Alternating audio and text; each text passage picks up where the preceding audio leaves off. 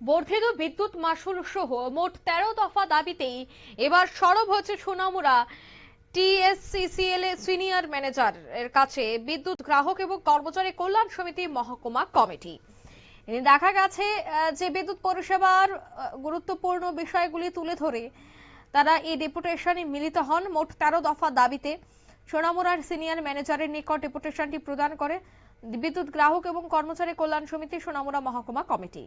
সংগঠনের পক্ষ থেকে দাবিগুলির মধ্যে যে বিষয়গুলো উল্লেখ করা হয়েছে তা হলো বিদ্যুৎ পরিষেবা জনকল্যাণমূলক পরিষেবা, তাই দীর্ঘদিনের অভিজ্ঞতার ভিত্তিতে ভারত সরকারের বিদ্যুৎ এবং শক্তি নীতির বিভিন্ন দিক সম্পর্কে তারা অবগত হয়েছেন। ফলে সাধারণ মানুষের বিদ্যুৎ পাওয়ার অধিকার সীমিত করতে পারে এমন নীতি এবং বিদ্যুৎ ক্ষেত্রে বেসরকারি পুঁজির ক্রমবর্ধমান প্রভাব নিয়ে তারা গভীরভাবে উদ্বেগ প্রকাশ করেছে।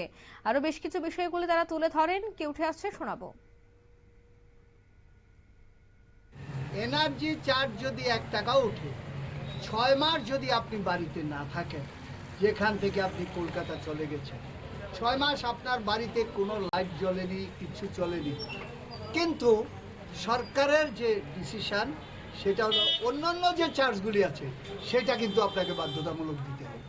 অর্থাৎ সরকার ঠিক করেছে এনার্জি খরচ না করে এই যে চলে যায় 20 বার 25 বার বিদ্যুৎ চলে যায়, এটা হলো বিদ্যুৎ কম দিয়ে আমি যে অন্য চার্জগুলি নিচ্ছি এটা দিয়ে আমার টাকা উঠে যাচ্ছে।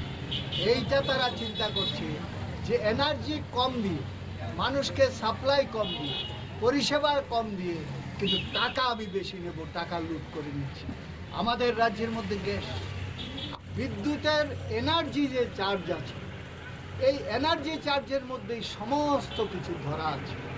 একেবারে ট্যাক্স থেকে আরম্ভ করে, খরচ থেকে আরম্ভ করে, উৎপাদন খরচ থেকে, কর্মচারী খরচ থেকে, অফিস খরচ থেকে আরম্ভ করে সব।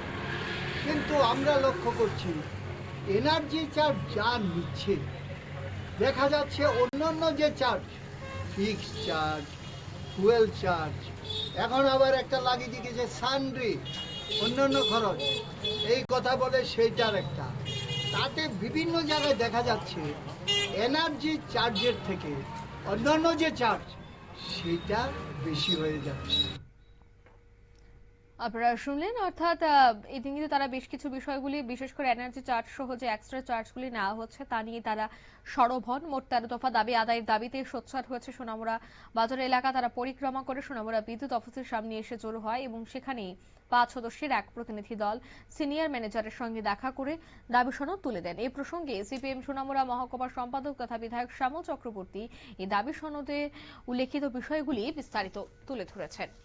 নিয়ে নিচ্ছি ছোট্ট একটি বিজ্ঞাপন বিরতির, সঙ্গে থাকুন।